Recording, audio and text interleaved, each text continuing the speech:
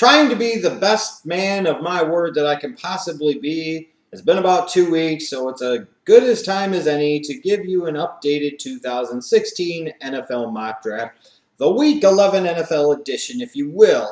All right, so this edition will be a 2-round mock. I know I had said I would do one every 2 weeks through the end of the NFL season and then start to do like a weekly one. Next week, I'll probably do a 1-round edition, just for those of you that can't get enough of this stuff like me. All right, so you can check out both rounds in the description box down below. Any comments or questions you have about the picks, feel free to chime away in the comments section below. Now, first thing I want to talk about with this mock draft is that I don't expect this to be anywhere close to the actual draft order when all is said and done, especially when I look at the top of the draft.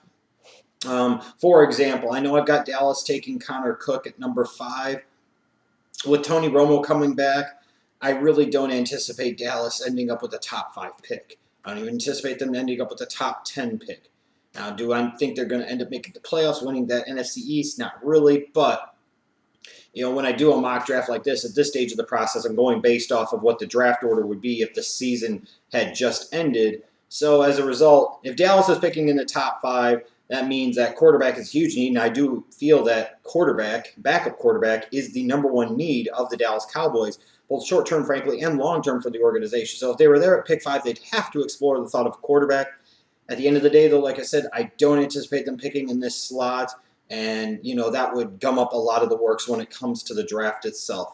That's just one example. There are others as well, but for the moment, this is kind of how it plays out. Now, in terms of some of the players and where they're going, you'll look, I've said a little bit before that I think Bosa from Ohio State is a little bit overrated from an NFL draft media standpoint, and I still stand behind that. Part of the reason I slotted him here 4th to the Baltimore Ravens is that I thought maybe Ozzie Newsome would really like him and value him and think that he would be a good fit for their scheme. Because they need to prepare themselves for life after Terrell Suggs and eventually Elvis Dumerville as well. Courtney Upshaw, I believe, is a free agent, so who knows if he's going to end up being retained or not. I looked at Bosa, and I'm like, if there was somebody in the top 10 that was going to pick him, the best fit for him would probably be Baltimore. And I know a lot of the Ravens fans will be screaming about how badly they need secondary help.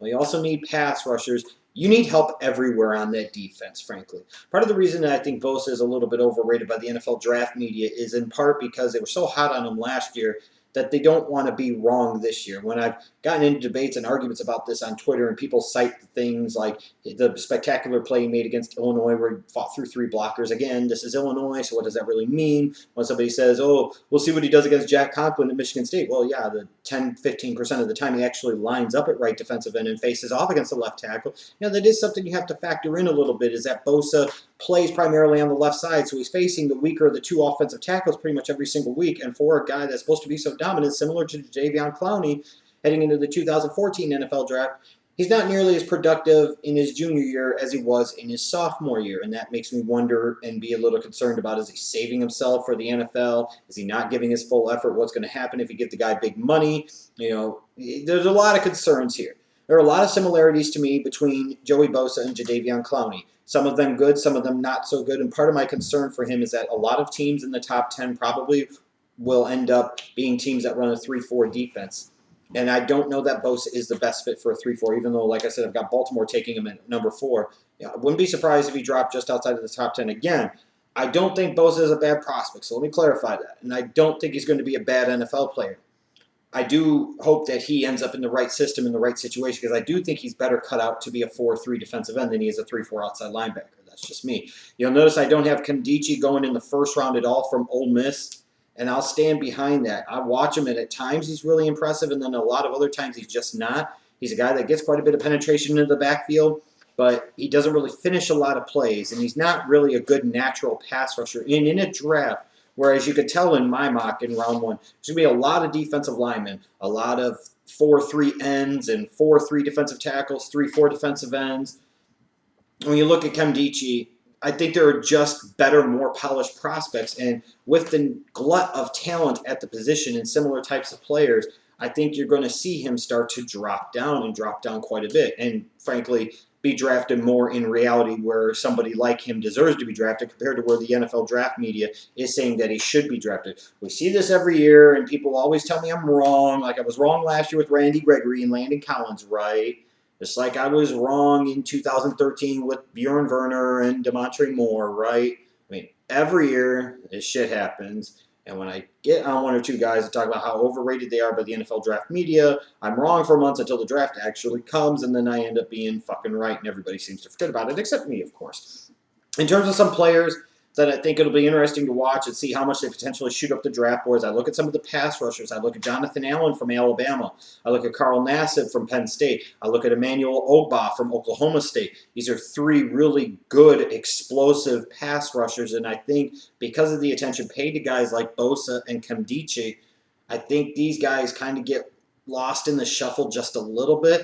And I really wouldn't be that surprised to see them all end up getting drafted where I have them going, all in the 10 to 15 range come next April and the first day of the NFL draft. Now, in terms of some other notable themes here, you'll see I have 3 quarterbacks going in the top 7.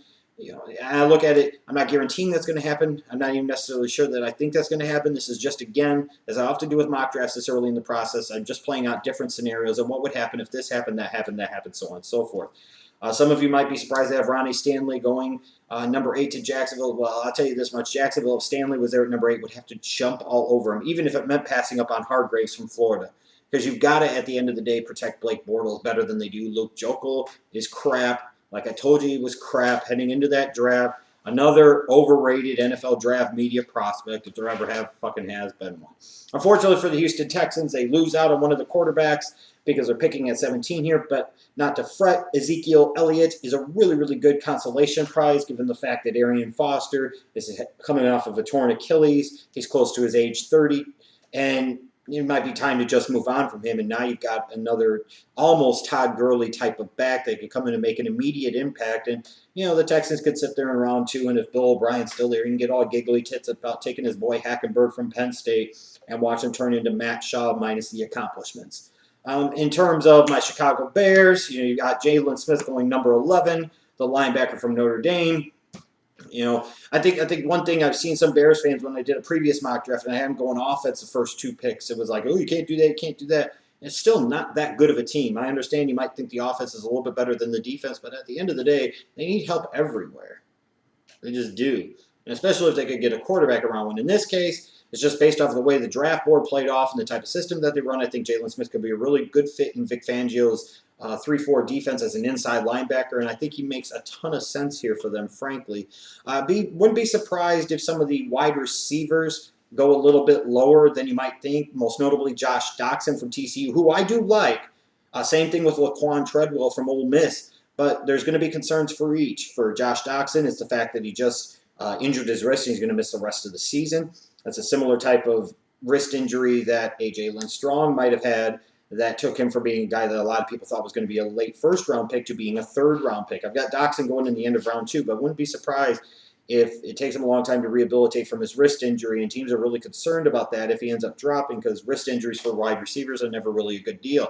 Laquan Treadwell, I have going number 29 to Minnesota, and I know that's going to surprise a lot of people that he's going that low. Look, I like the guy. I see really, really high upside number 2 NFL wide receiver. I'm not sold that he's a number 1 guy. I think he does a number of things pretty well, but he doesn't do anything exceptional. His best trait, honestly, might be his run blocking. That's not necessarily the best thing if you're talking about drafting a wide receiver in round 1, but he's a good football player. And I think he's the type of guy that you can win games with being one of your 2 starting wide receivers outside. But I think some teams are going to look at more explosive options like Michael Thomas and Corey Coleman and fall in love with those elements, or maybe even a guy that I think will climb up the radar as we go along, and Traven Durrell from LSU. They're going to look at Treadwell. They're going to have concerns about his ability to separate. They're going to have concerns about his ability to stretch the top off of the defense. So I wouldn't be surprised if he dropped quite a bit compared to where people are rating him right now. Now, with Minnesota getting him and you're matching him up in a receiving core with Stephon Diggs and Mike Wallace, it could be a really good combination or a really good trio, and it'd be a really good situation for Treadwell. Again, I wouldn't be surprised if he ended up dropping just a little bit. So again, you can check out my 2-round mock in the description box down below. As I said before, in terms of the strengths of this class, I think you could definitely look at the front 7. This is a very, very good class in terms of that front 7. You'll have a good quarterback class, and because I did a 2-round mock draft, I don't think it reflects accurately the overall strength of the quarterback class in terms of its depth. I think you can find some good guys in round 3 and 4. Jacoby Brissett is one guy that really stands out to me quite a bit, that the more I watch him, the more I like him. And in a future mock, I might end up having them going in the 2nd round. So you've got that. I think a lot of teams are going to be in need of offensive line help, but they're going to be disappointed with what they find in the first couple of rounds. Not the best offensive line class, especially outside of tackle. And you might only have 2 or 3 real clear-cut future left tackles at the NFL level. And the third one, I think, plays at North Dakota State in terms of Joe Haig. So, again, that is what it is. So, again, check it out. Let me know what you think. I'll be back next week for a 1-round mock draft. And that particular one, I think, is going to be more so what I think each team should do or where each player should go. I don't really know yet. I'll let you know next week.